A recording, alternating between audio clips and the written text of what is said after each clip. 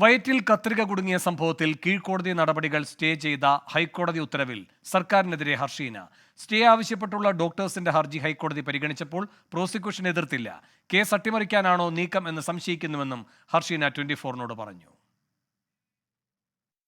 പ്രോസിക്യൂഷന്റെ ഭാഗത്തുനിന്ന് ശക്തമായൊരു വാദം വന്നിട്ടില്ലാത്തത് കൊണ്ട് തന്നെയാണ് ഇവിടെ ഒരു സ്റ്റേ കൊടുത്തിട്ടുള്ളതെന്ന് നമുക്ക് മനസ്സിലാകുന്നത്.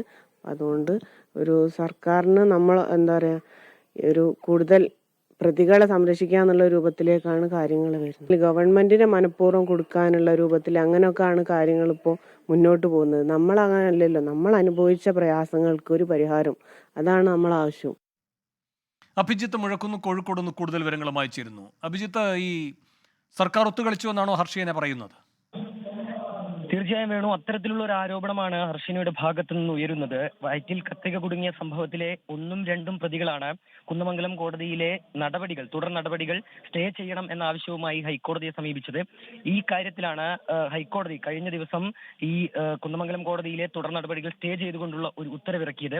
ഈ ഉത്തരവിൽ സർക്കാരിന്റെ ഭാഗത്തു നിന്ന് തനിക്കെതിരായ നീക്കം നടന്നു എന്നുള്ളതാണ് നിലവിൽ ഹർഷീന ആരോപിക്കുന്ന പ്രധാനപ്പെട്ട കാര്യം. കാരണം ഈ ഒരു ഹർജി ഹൈക്കോടതിയുടെ മുൻപിൽ എത്തിയ സമയത്ത് പ്രോസിക്യൂഷൻ കൃത്യമായ വാദമുഖങ്ങൾ ഉയർത്തിയില്ല. അതാണ് ഇത്തരത്തിലുള്ള ഒരു സ്റ്റേ നടപടിയിലേക്ക് നീങ്ങാനുള്ള പ്രധാനപ്പെട്ട കാര്യം. പലതവണ സർക്കാർ തന്റെ ഒപ്പം നിൽക്കും, തനിക്കൊപ്പം നിൽക്കും, ഹർഷീനയ്ക്കൊപ്പം നിൽക്കും എന്നുള്ള ഒരു കാര്യം പറഞ്ഞിരുന്നു. പക്ഷേ ഇപ്പോഴും സർക്കാർ പ്രതികൾക്കൊപ്പം നിൽക്കുകയാണ് എന്നുള്ള കാര്യം കൂടി നിലവിൽ ഹർഷീന ഉന്നയിക്കുന്നുണ്ട്.